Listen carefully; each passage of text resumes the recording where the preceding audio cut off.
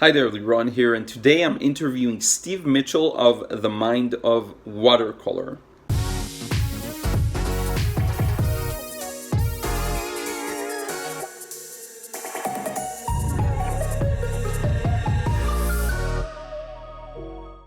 What's up, Liron here. Thank you for joining me in this video. Today is a special day. I'm interviewing Steve of the Mind of Watercolor. I will put a link in the description box to his channel, although I'm sure many of you are familiar with his work. I just really appreciate it. It's one of the channels I've been following ever since I got started in watercolor, and I learned a lot. So without further ado, let's jump straight into the interview.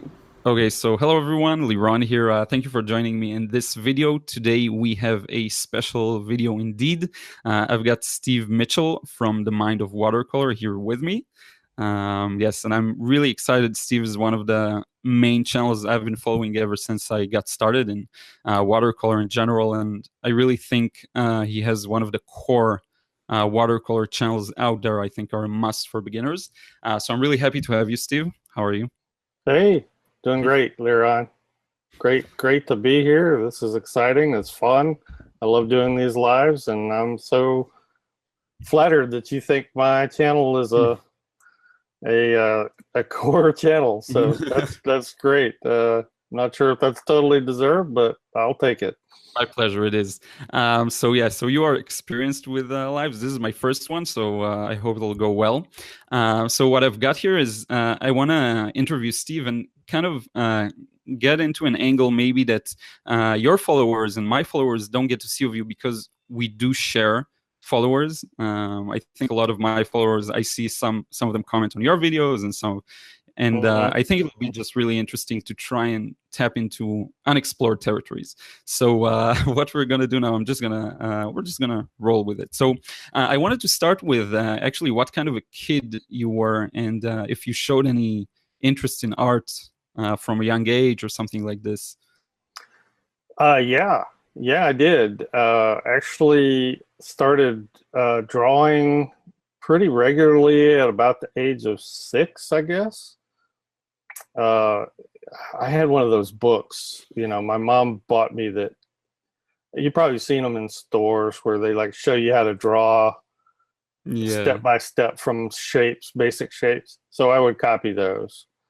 And, I was a pretty active outdoor child. So I didn't do a lot of that until I was about the age of 10. My mother took a drawing class herself, and so she would come home with these assignments, and she had a book. It was more geared towards adults. The guy's name was John Nagy. It's Gnagy, and you have to be my age or older to know who that is, but he was like at one time the Bob Ross of drawing. And he had these TV shows where he put out all these books, and I used to take her books. And I thought my mother was a pretty good artist. The way she tells a story is she threw up her hands and gave up when she saw me starting to draw. I think that's an exaggeration. I think that, she could have been every bit as good, but nevertheless, at the age of 10, that was pretty encouraging to me to hear her say that. It's like, oh, I can be as good as an adult. So, I just drew off and on. My interest didn't revolve around art. I didn't go to a school that had any good art programs. So when I was in high school, my mother tried to find me lessons because we didn't have an art department. I went to a really small school, high school. And I enrolled in a couple of like craft store, like Michael's would. Well, I don't know if you know what Michael's is, but people in these states know, but Michael's and Hobby Lobby will have little kind of hobby craft or drawing kind of classes. And my mother enrolled me in one of those. And I had acrylics at the time. My first paints were a set of acrylics.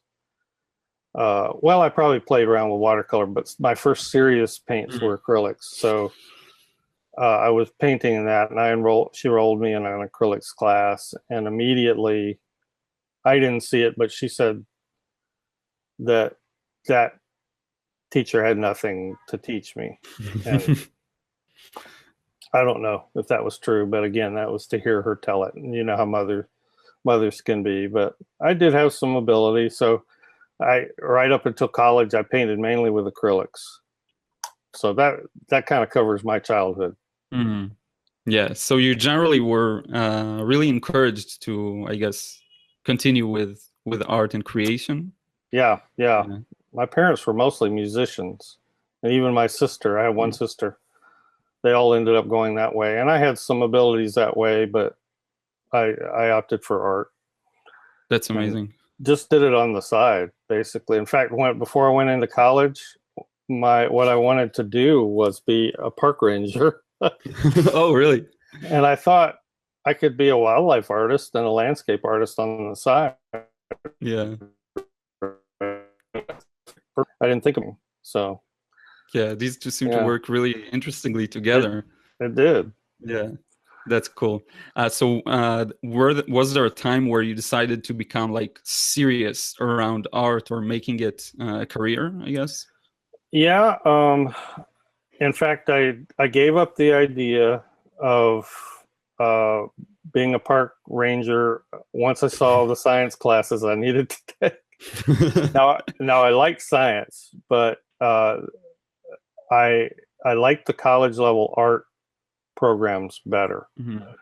So when my mom and dad kind of basically said, well, you might be able to make a living at this, and I thought, okay, I really don't think I'm interested in commercial art, but maybe I can go on in business and learn retail. In fact, that was my plan.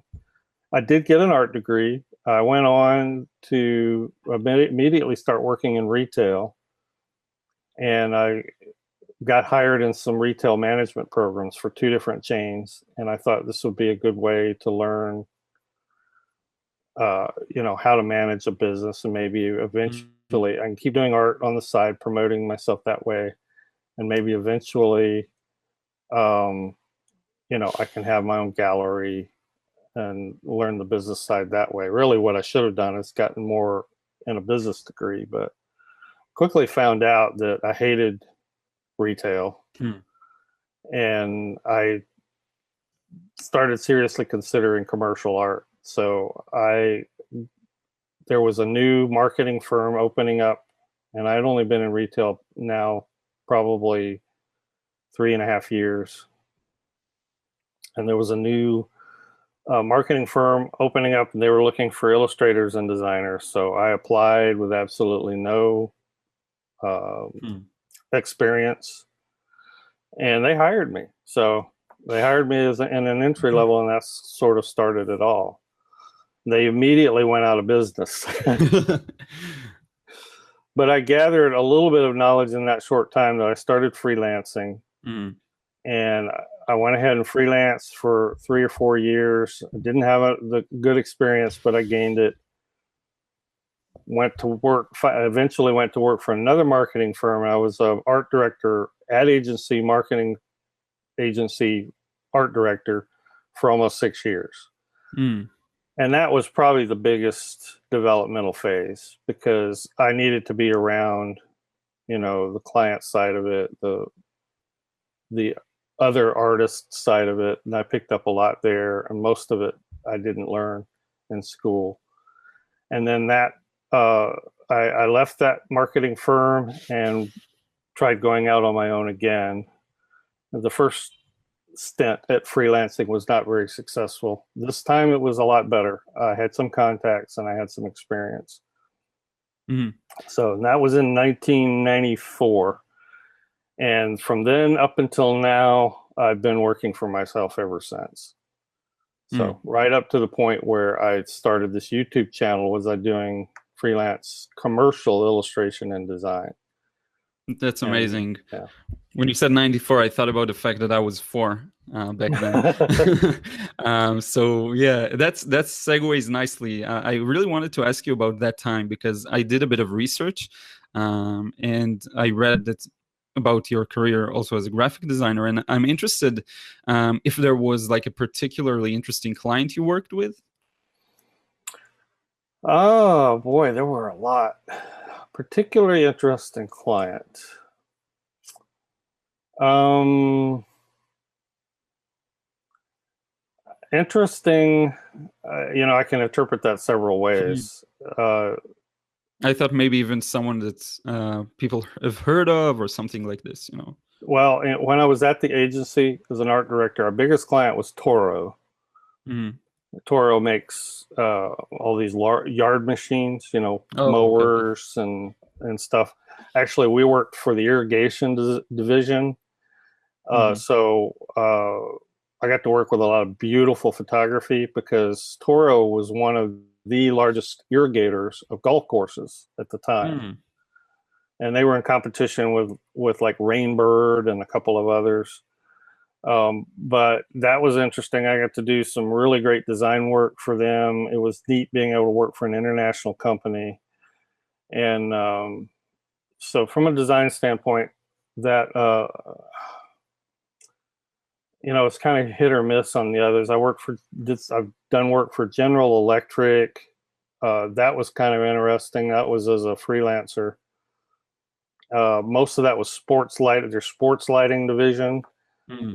not the general consumer. So some of the design work I recall was really fun for them because it involved lighting of stadiums like soccer fields, Mm. football field, baseball fields, security lighting, industrial lighting. Um, Let me think what else. And on the illustration side, I did a lot. I did several things for Disney. Mm. I That's where I was getting. Yeah. Yeah, Okay. I didn't work directly for Disney. As a matter of fact, I was 3 times removed from Disney, and this is pretty common in the publishing industry. I got The work was not like all original. It was at the time we called it platoon work, where Mm-hmm. several artists work on the same project. So you don't get a lot of credit, but it was still fun. I worked on books for Hercules, um, the Hunchback of Notre Dame. I did books for that, and what I did was basically colorizing, airbrushing, colorizing. Mm.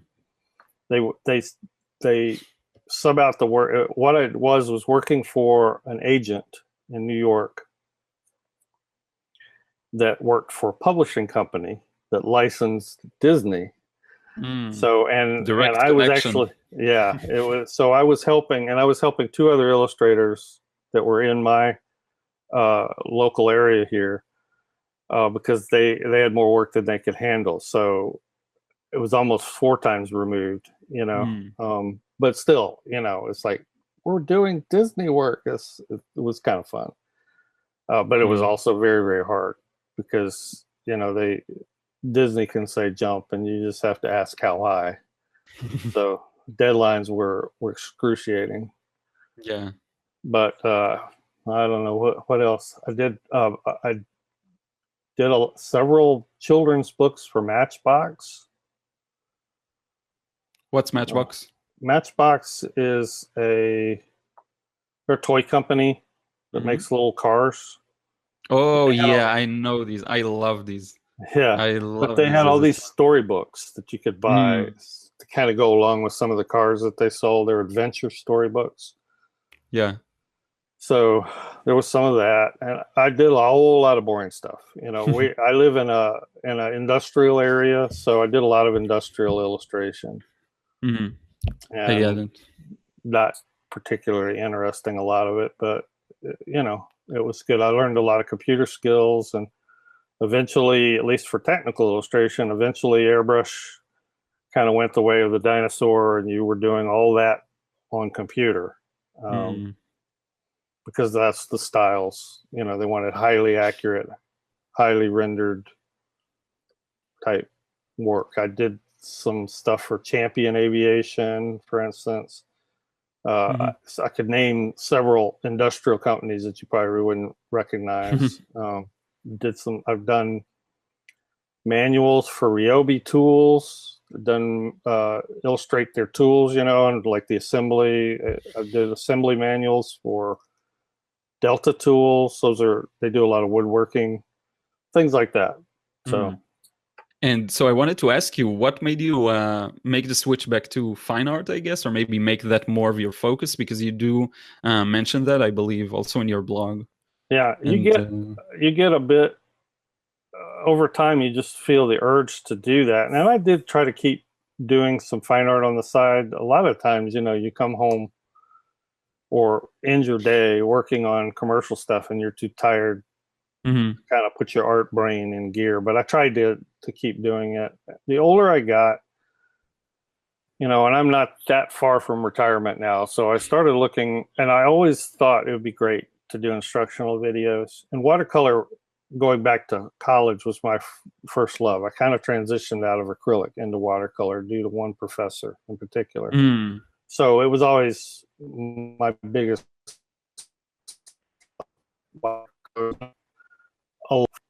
in commercial art.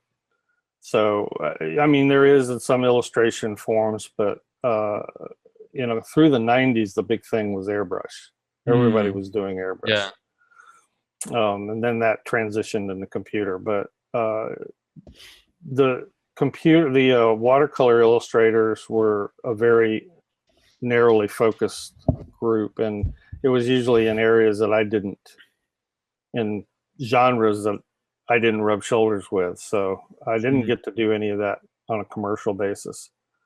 Yeah. But I always kept trying to do watercolors on my own. Actually, right around 2000, 2001, 2005, somewhere in that range, I decided to go back to square one and learn watercolor all over. With watercolor in particular. Yeah. Just for myself, just on my own, because I really was not happy. I felt like I was in just set habits. Yeah. With watercolor. I was using student grade watercolor, cheap brushes, even as a professional. And I did get a few assignments. So I didn't know anything about it and started educating myself on, better pigments, better brushes. I do want to get your take on, I wasn't planning on asking that necessarily, but what's your take on tools and how important are they? Because I do see a lot of, one of the best Israeli watercolor artists here uses Cotman's and like a cheap paper. So I'm really curious to get your take on it. Yeah,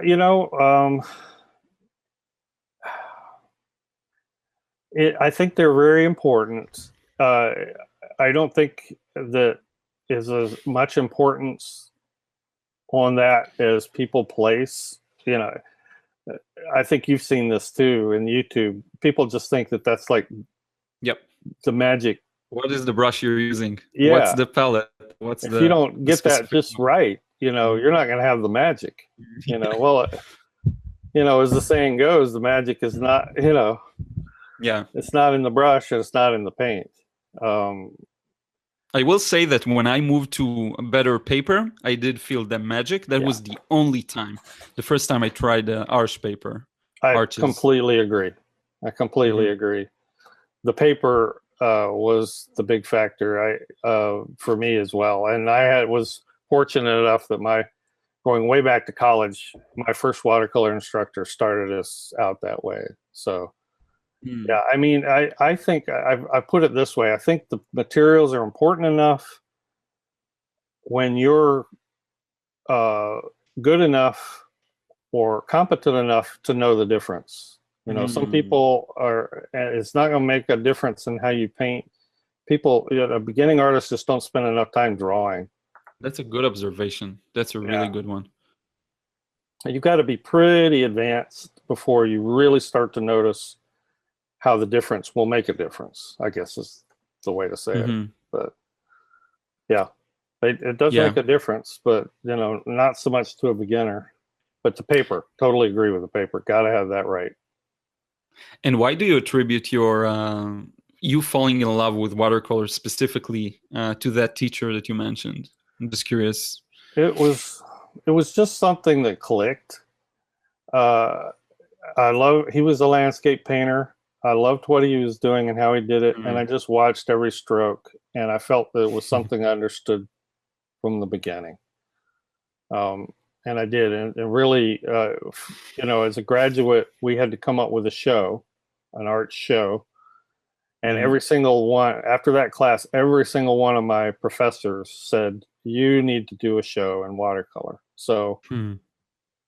you know, you don't get much more handwriting on the wall than that. So, Yeah, that's cool. That's yeah. great.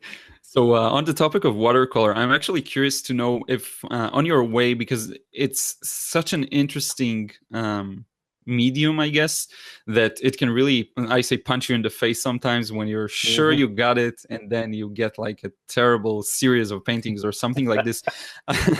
I wonder if you've had like a consistent challenge that you overcame with watercolor. Like I can name a few of mine very easily. I'm curious if you had something that like you felt like was a breakthrough that you got through, A breakthrough. or not necessarily a breakthrough, something you knew you had to deal with, and then you, I guess. Yeah, yeah. I think the I, I've never had any breakthroughs as much as plateau increase. You know, plateau increase. There were smaller, I guess, breakthroughs. Just Yeah. an increase, a small incremental change in my understanding Mhm. of something, and then that there's more like keys and unlocked doors. So I guess in that Mhm. way, it was a breakthrough. Most of them were centered around, and I feel like I've struggled with this all my life, and every artist usually does, overworking. Mm. Overworking is, and there's several ways you can do it, you know, through medium, through muddy color, but I'm speaking specifically of uh, wanting to detail everything and do it Mm. too soon and over detail something, overpaint something. So Yeah. always wrestle with that.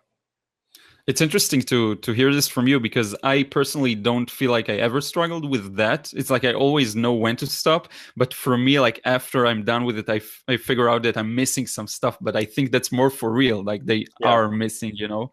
But yeah, it's interesting to hear this. Um, yeah.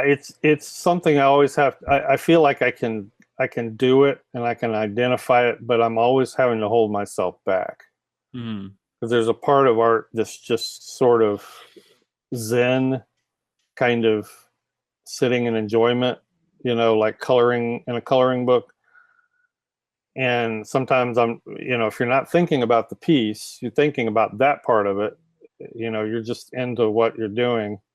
And so I have to always hold that part back. mm, Yeah, I mean, as a professional, even illustrator, you have to kind of learn where to draw the line. But I still feel like I struggle with it. I wrestle with it, uh, and how to simplify and make things fresher and more spontaneous. mm, So I really work at that. yeah. I get it. So we're going to touch upon a few small watercolor related questions later on. I want to talk a bit about YouTube. And first off, maybe why did you start your YouTube channel? Like, you know, generally, and also how are the first days of just getting started with it? I'm curious because there's so much to learn and so much to, you know. Yeah, I was looking for something that maybe I could do to take me into retirement that was different than what I had done to support my family all our life, and something that was more fun.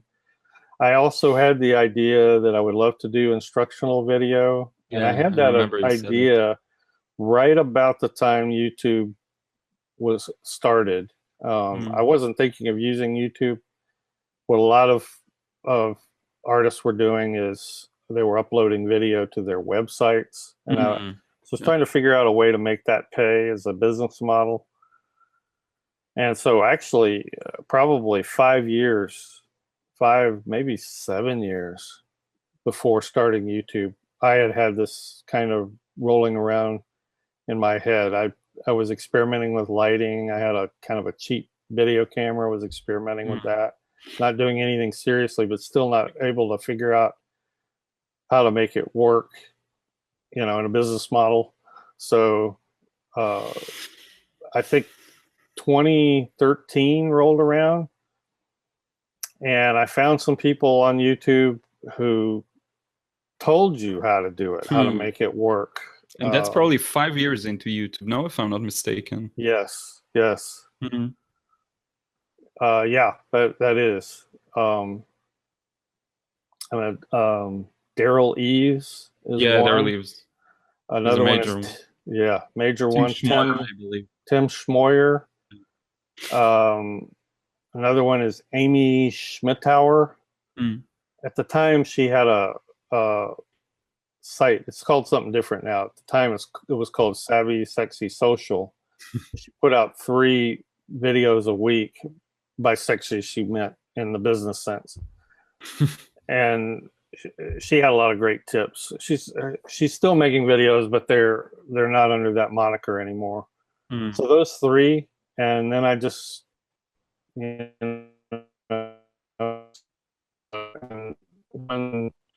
the first 2014 rolled around, I started training heavily in video editing. I thought I need to get this down. Yeah. And by the end of that winter, before spring, somewhere in March, I had made my trailer, my channel trailer. I was terrified to put it out on. I was terrified. And I didn't know, my wife and I had some discussions about I wanted to do this. She wasn't sure it would work. She had a lot of questions. And I finally, the more detail and things I learned, and after she saw my trailer, she goes, "Oh, you got to do this." And are you married? No, I'm not. Okay. Well, I have a girlfriend. If you're married, you know how much, happily married, and I am happily married, you know how much their opinion counts. Their opinion and their support counts. And I knew if I had her behind me that I would be able to do it. But I sat on that trailer, that video trailer. I sat on that thing. I was scared. I was trying to get all my ducks in a row. And I wanted to have at least 5 episodes made before I launched my channel. Yeah. And what was I going to make? And so I started writing down all these ideas. And it was coming to the end of June. And my wife said, "Oh, for heaven's sake, just launch your channel and put it out there." And so I only had 2. I only had 2 episodes made besides my channel trailer. And so end of June, I think it was the last week of June, first week of July, 2014. And I put out my very first episode was on paper. And I look like a paper cutout. If you go back, you can still watch my paper episode. And there are errors in that, by the way. Lots of errors. Wow. I look like a mannequin paper cutout, just talking to the camera. Horrible. The moment we're done. Okay. I can't stand to look at it. I did put some humor in there because I was trying to loosen myself up.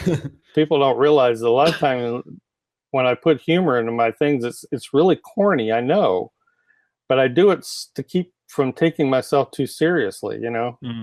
That's another issue. But so that's when I started, and you know what it's like. The first month, you're looking at YouTube 5 times a day to see how many subscribers you have, and I did a celebration video after the first 100. That's amazing. One of my favorite vids. I love that one.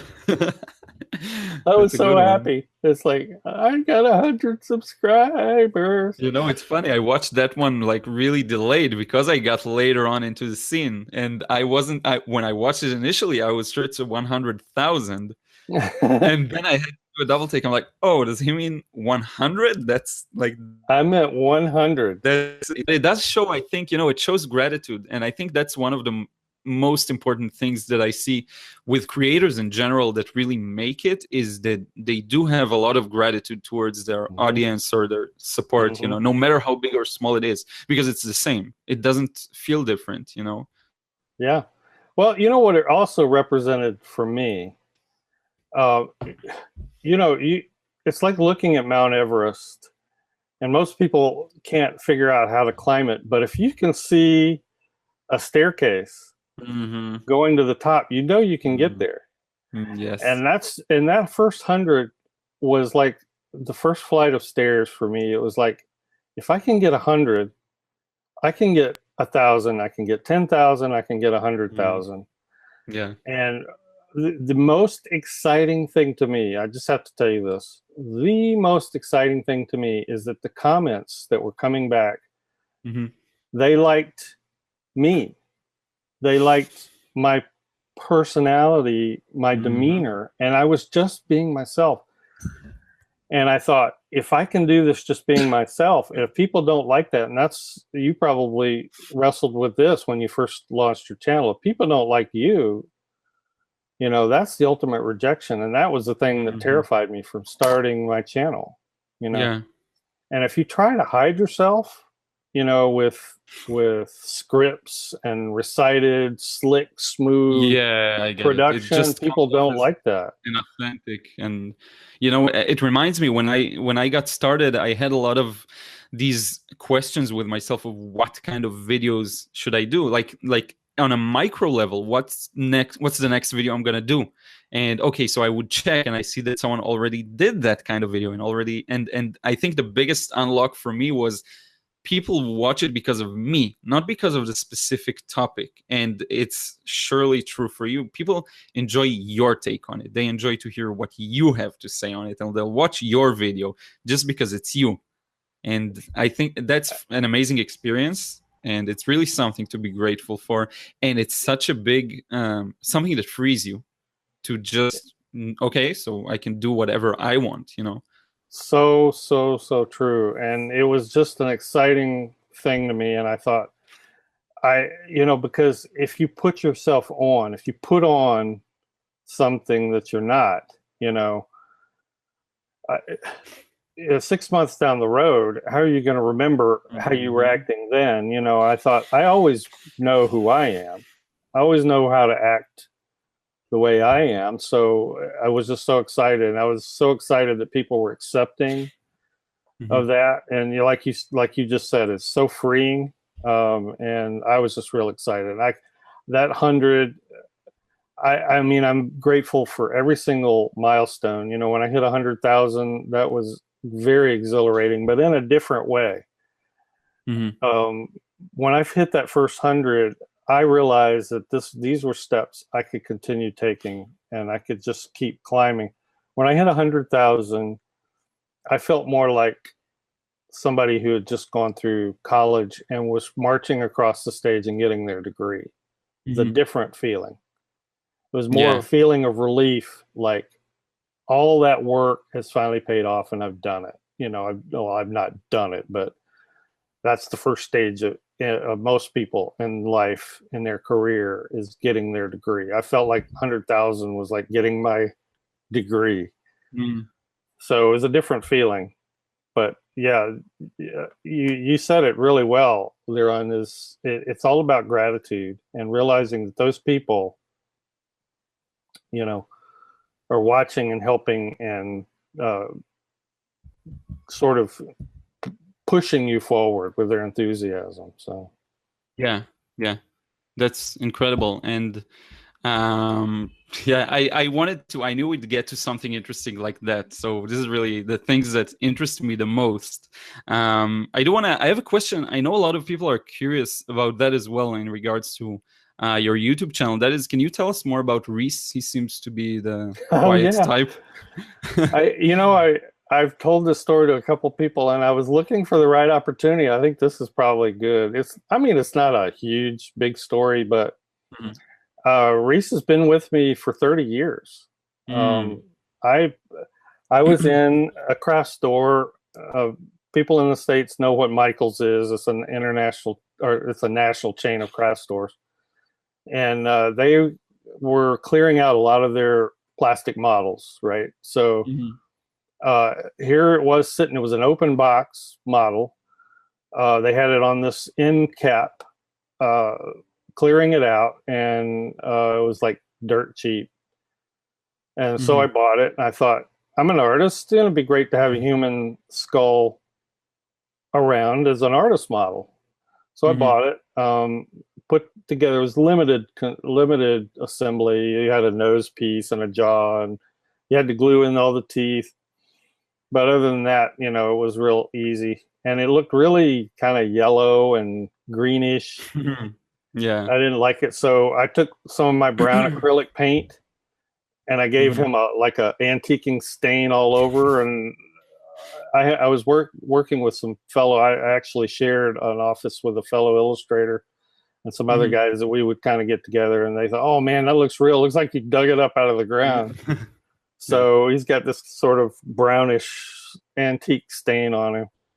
So he sat around in my studios, and I've been in, let's see, since I got him, I've been in 1, 2, 3, 4, 5 different studios since then, and he's always been there. So he's like a fixture in my studio. And when I started, when I was where I am now and where I do most of my recording now, he sits over on top of my paper shelf. And one of my daughters had recently to Hershey, Pennsylvania is where they manufacture Reese. You got cut off for a second, so you said your daughter again? My daughter, sorry about that. My daughter took a trip to Hershey, Pennsylvania. Yeah. Where they make not only Hershey bars, but Reese's peanut butter cups. Oh, okay. It's my favorite candy. I could probably live off of Reese's, although I'd probably die pretty quick. But I could eat a whole bag of like Reese's cups in one sitting, regardless of how sick it make me. Anyway, yeah, I love those too. So in her trip, she brought me back a hat, Reese's peanut butter cup hat, and I don't wear hats a lot, but I didn't want to just shove this in the closet with the rest of my hats. So the most logical hat stand was he wasn't called Reese then. I put it on him, and for long I was calling him Reese. So that's the story of Reese, and it really has a bigger sort of meaning. I wanted to keep him as part of my videos, so that humor I was telling you about, so I wouldn't take myself so seriously. There were so many art instructional videos out there where the person, it just sounded like they were giving, eulogy at a funeral. And it was, I didn't want it to be, I wanted this to be fun. I wanted it to be, just almost like a virtual way of hanging out at the water cooler, so to speak, and trading ideas. And Reese is just the way to remind myself that this is all supposed to be fun. And we can enjoy watercolor and fun, and I don't have to be really super serious about this instruction. So that's the story. Yeah, I wholeheartedly agree, and it's really, I think, one of the things that attracted me to your channel in the first place. By the way, I think I just figured out how to show myself as well in the live, so all there was up until now is you, and that's totally fine. I'm gonna crop myself in there somehow. That's okay. That's for the first try. And yeah, that's really interesting. I wanted to maybe go into some more current stuff and ask you if there is like a project or something that you've been working on right now, something that excites you that you're working on right now, and maybe even your audience or people here don't know about. Well, there are things that I want to get to, I guess. I wish I could say I was working on them. They're like things that I want to get to. I have really neglected my Skillshare classes. I really intended, when I started that, to put out more regular content over there, and I still have a lot of calls for it. I've just spent so much time building this channel that it's been hard. And I have actually one workshop in the can, just needs to have voiceover put to it, and I would be able to upload it. I've only got 2 there right now. So that's something, I guess, is a project that's been on hold but needs to resume. And I really like Skillshare because it's a social platform of sorts that I understand how the growth works over there. So That's still coming. I haven't abandoned Skillshare, even though I've not put anything new there for a long time. More immediate, starting Friday, is the 30 by 30 challenge, which I'm going to be participating in. That's a 30 paintings in 30 days challenge. Oh, that sounds really interesting. Yeah, well, and it's direct watercolor. It's called the Direct Watercolor Challenge, and it's being spearheaded by Mark Terrell Holmes, who is he put out the book called Direct Watercolor, and he does these very loose, expressive, plein air paintings, and it's meant to be plein air. And I will probably do some of them. I don't know whether I'll make 30 or not. There are no enforced rules, but I really need the quick, fast, expressive practice. You know, since I tend to be more of a planned studio painter, I really need something like this. I know we've got World Watercolor Month then right on the heels of that, and I don't know if I'll be participating in that. What officially. is that? World Watercolor Month. Okay. I just didn't know that's a thing. Yeah, and I can't all of a sudden think of the guy's name. I'm sure somebody will add it to the comments and I could go look, but he started that a few years ago. It's actually an official date on the calendar now. So July is officially World Watercolor Month. And he has a challenge. Great. He has a challenge with daily prompts. Like specific things to paint? Like specific things or subjects that you can interpret creatively or whatever. And I think it'd be great to participate in that. I haven't in the past, just because I haven't had the time. This 30 by 30 challenge was the first thing I really wanted to try to participate in and do all 30. Because in particular, because it's loose and kind of it's expressive. Because it's something I really feel like I need to exercise. You know, even Inktober, I tend to kind of half-hearted. I love Inktober, but I try to half-heartedly participate. I usually get 6 or 7 done.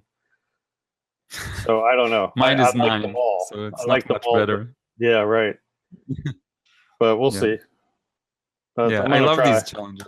I love these challenges, and I think it's good because many times art is, you really have to push to make the connections and to meet other artists that you can vibe with and that you can art with, I guess. And these kinds of events really connect, I think, the community. Yeah, that's true. They really do.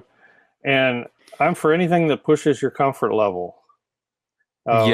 Because living within your comfort level is just one of the most dangerous things that an artist can do. I mean, if I say you're insular, and I say that only if you're looking to really grow. Some artists don't care. I mean, I'm all for the leisure time painter that just likes to stay in their bubble, and if that's what they want to do, that's fine. But if you want to grow, you got to get out of your comfort zone. And it's not comfortable.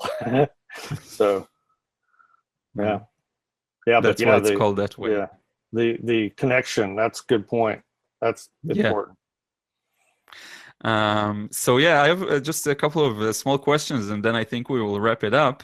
I wanted to ask you about your favorite color and your least favorite color. You can name a brand, or you don't have to name a brand, just in terms of color.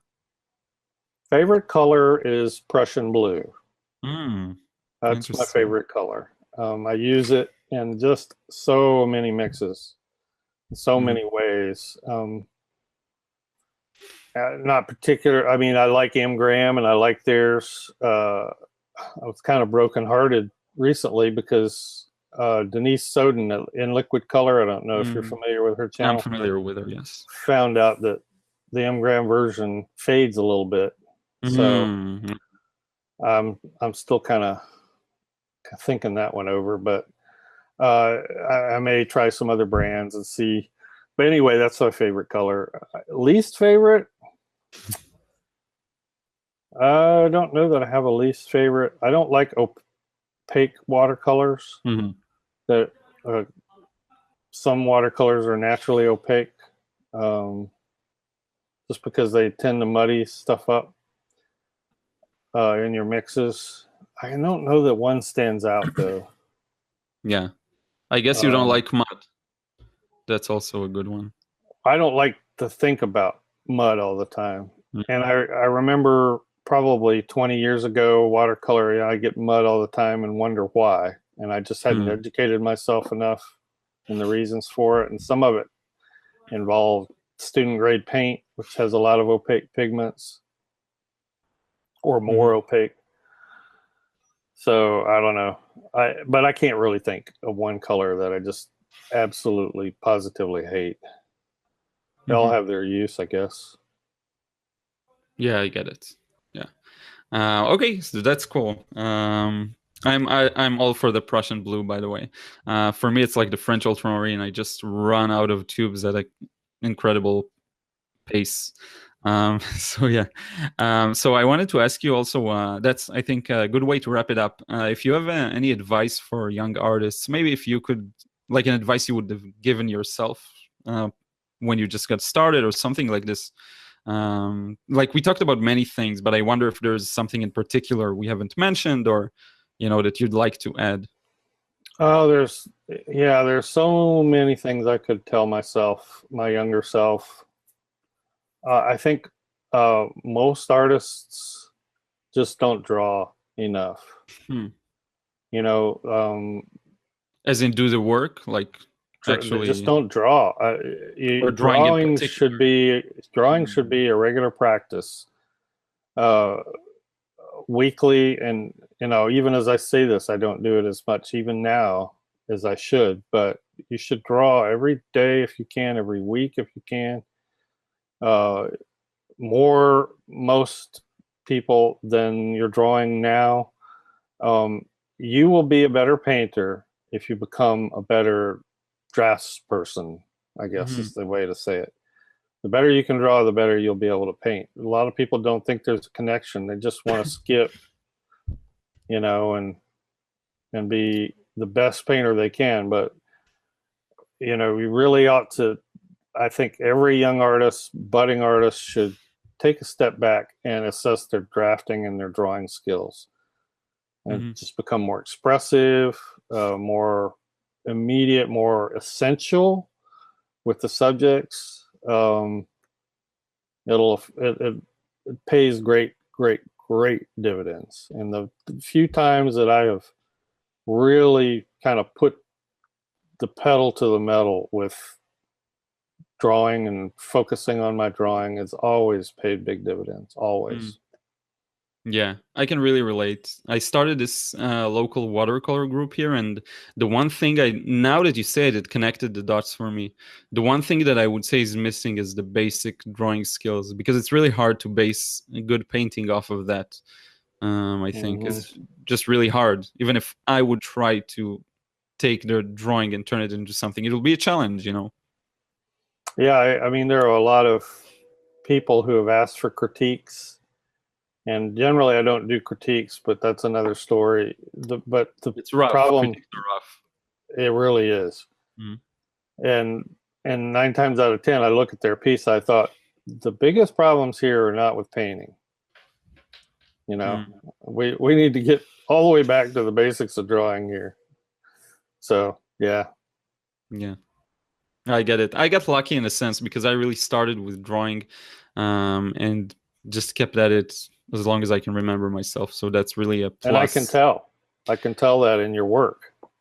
Thank you. And it's really something that I've taken for granted for a long time. I didn't realize the impact it was making, I think. Yeah. So Steve, thank you so much. This has been great. This has been a lot of fun. Yeah.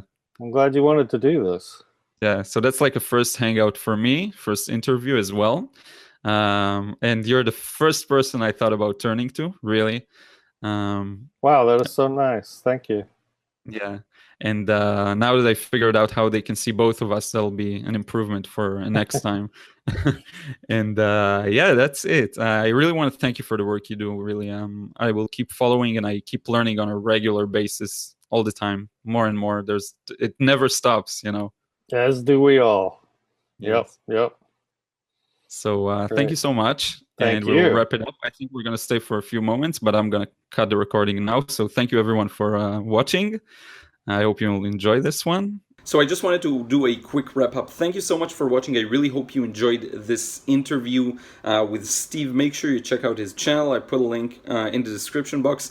I'm sure most of you are familiar with his channel, but still, I will put a link down there. I just want to take the time to thank Steve again for doing this. I think this is really important in connecting the, watercolor sphere together and really building personal connections between creators and artists. And I do plan on keeping at it and doing more of these interviews with other artists. I think it could be a really cool idea for you, especially to see if you've been following a few artists and to see them talk in one video.